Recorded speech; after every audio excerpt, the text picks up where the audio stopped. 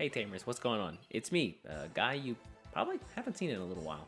That's because I have been working to find a new apartment here in Japan. As you can see from the background behind me being different from my old videos, I did find a new place. Folks who don't know, the culture here in Japan requires that finding a new place, you have to focus mind, body, and spirit all in unison, and that unfortunately took me away from my love of the game here, Digimon. However, now that I found a new place, I can get back to going over some of these really cool BT9 decks, and today we're going to take a look at one that, in a world full of offensive-oriented decks with the X Antibody archetype, this one does stand out as a control mid-range variant that I think does very well against most of the meta. Anyway, let's take a look at Red-Black X Antibody. So as we get into the deck build here, I do want to mention that there are a couple of different ways to build this deck. One way is focusing on pure black-red using some of the new cards like the BT9 Bakuman with the Maki Tamer. However, this build is actually going to focus on using the Agumon line and the red-black Agumon cards in order to build the deck around. So the first up, that means that our actual eggs are going to be 4 copies of BT5 Koromon. You just want to draw whenever you have a Greymon or a Megamon on the field, and that's what he does every time you attack once per turn. As we are going on with the Agumon build, first up we're going to have, for our level 3s, 4 copies of the BT5 Agumon. Search top 3, grab a Greymon named and Omegamon named Digimon, put it into your hand. Rest go to the bottom of the deck. Moving along, to go along with the BT5 Agumon, I've got 4 copies of the BT8 Agumon. This one, the black variant, however, it can digivolve from red eggs, which means that you can use it for Koromon. Again, he searches top 4 and then grabs you a Greymon named Digimon and a Dragonkin type Digimon and adds 1 of each to your hand. So again, more searchability here with the lower level cards in the deck. And then surprisingly, rounding out our level 3s, we're going to have just 4 copies of the Antibody X Agumon here, who on play and on Digivolve allows you to look at top 3, grab a Omegamon or Greymon named Digimon, as well as a X Antibody option card, and then add 1 of each to your hand. Keep in mind, you can Digivolve this guy from your Agumons, so that's a little bit more card draw overall. For your level 4s, the name of the game really is Inheritance Effects. The Inheritance Effects for all these guys are going to be most important about them, and that's why they're chosen for this deck. First up, we've got 4 copies of the BT8 Black Greymon. This guy gives you blocker on your opponent's turn whenever you have a red Digimon on the board, and because this deck is mostly red-black focused, this effect is always going to be active once you Digivolve to that level 5 status. To go along with our black Greymons here, we're also going to run 4 copies of the BT5 Red Greymon. This guy is awesome because whenever you Digivolve, you get that +1 memory back, which means you get a nice little refund off of your Digivolutions, making him a cheaper cost Digivolve, and then his Inheritance effect gives him +2000 if he has Greymon or Megamon in his name. And that 2000 is actually quite important. In this set, what you really want to be doing is trying to get over that 15,000 DP mark, and this deck kind of struggles to do that. And that's why this guy is so important, because he allows you to do that at your level 6s. Keep in mind that the one restriction on this guy here is that he cannot Digivolve from your black Agumon. So you got to keep that in mind. If you've got a black Agumon in hand, this guy cannot come from him. He has to come from one of the red ones, either the Antibody X or the BT5 version. And finally, rounding out our level 4s, I've got 3 copies of the new BT9 Greymon X Antibody. He's very important because he allows you to start building up a stack with your Digimon, which this deck absolutely wants to do. You can go from your Greymon to your Greymon X Antibody, and then once you do that, you've got the Inheritance effect active with him at level 5, which means on both turns, whenever he would be deleted by an effect, you can remove 2 cards of the same level from your sources, and the Digimon is not deleted by that effect. So that's super useful, especially for things like Gaia Forces checking into just these really nasty options in security. So at the start of this video, I did mention that this deck is a mid-range control deck, and the control aspects of the deck really do shine at the level 5s for all the Digimon here. And so that means first up, we're going to have 4 copies of the black-red dual-colored Metal Greymon. On Digivolve, this guy allows you to de-Digivolve one of your opponent's Digimon on one stage, and then, in fact, that I really wish all de-Digivolution cards had was that after that, if your opponent has a 3000 DP or lower Digimon, you can delete it off the board.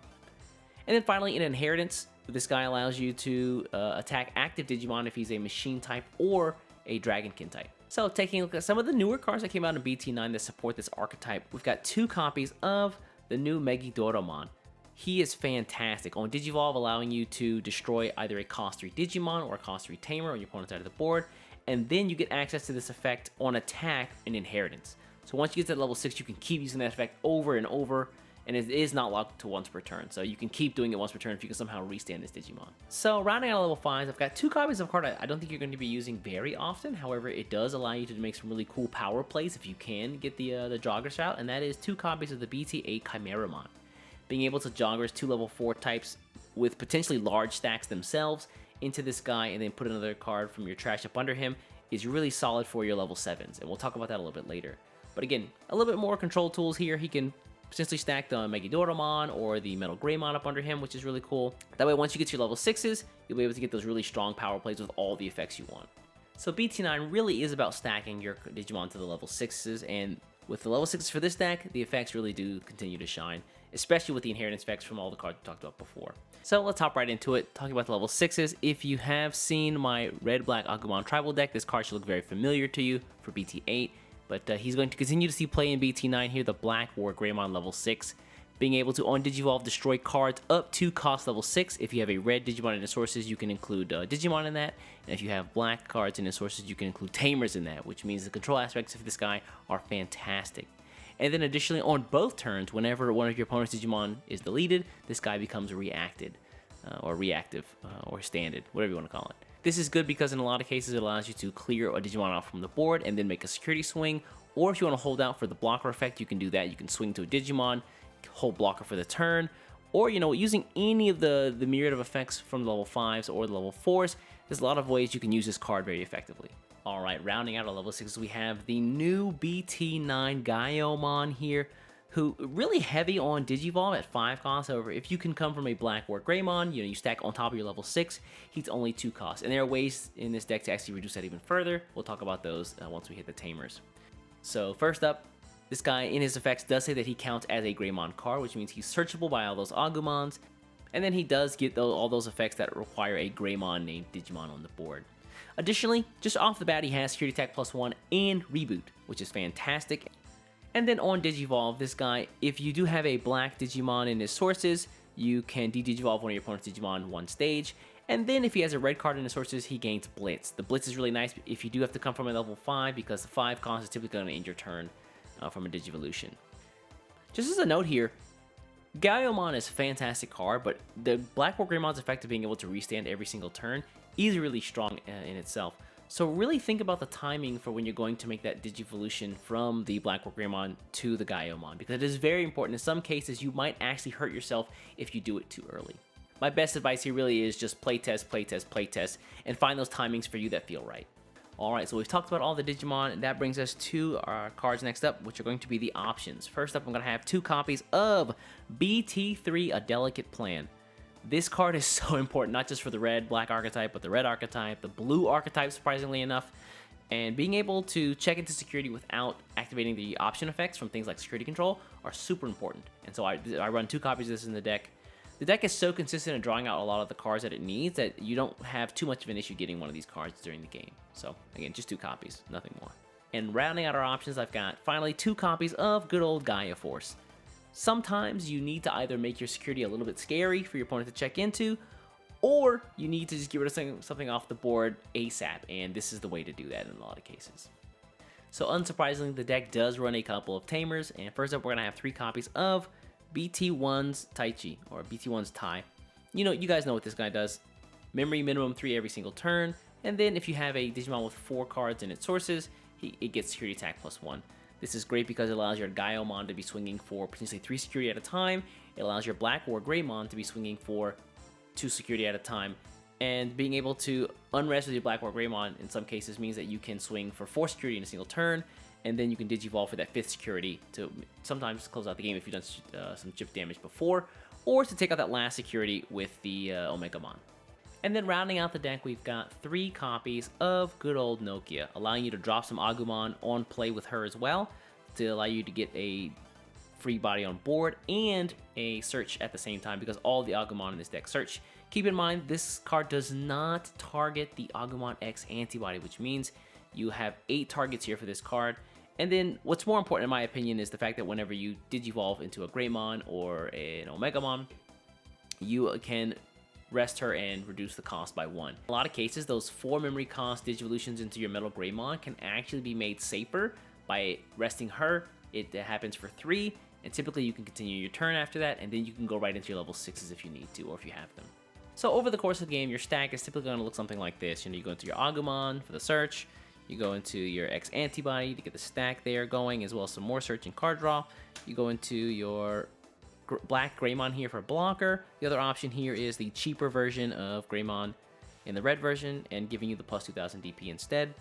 And then off of that, you're going to go into X Antibody for the effect to allow you to live longer by discarding sources. Hop into your Metal Greymon. Go into your Black War Greymon, and here you'll want to make a decision if you want to keep the Black War Greymon and keep unresting and swinging multiple times during the game, or if you want to go into your level 6 Gaiomon to start hitting a little bit harder. And then finally, to close out the game, you're going to pop down your Omegamon here to seal the deal. Again, you've also got the option of the level 5 Megidoromon here, being able to control out the board and get rid of your opponent's Tamers. Things like Cool Boy, getting rid of him, as well as other just 3-cost Tamers for things like Yellow, which does run a lot of cheaper cost Tamers for the security control.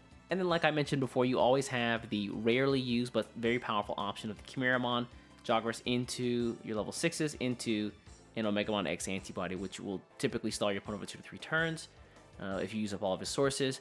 And in that time, you can start to build either another Digimon or start swinging harder with him and clear the board out on their side. So that's going to be the deck. And one of the things I really love about this black-red deck is that there's a ton of ways to build it based off your playstyle, your preference, and just the cards that you have at your disposal. You can run the Agumon variant that I've showed off today. You can also run the black-red hard variant, which runs things like the Bakumon level 3, the Maki Tamer, and the Monochromon that just has blocker outright. Or you can even play with some of the Tamers themselves. You notice I run the 3 copies of Taichi and 3 copies of Nokia. You can play with those ratios a little bit if you want. You can also opt to run a couple more X Antibody cards and then add in the Cool Boy for the free memory plus additional search value or draw value. And yeah, this deck I really feel is one of the most malleable in terms of what your playstyle is, and you can build it to fit that. Anyway, I'm going to get out of here, folks. It's pretty late already. Now, before you get out of here, do me a favor, hit the thumbs up button if you enjoyed the video. And yeah, I guess I'll catch you guys in the next one.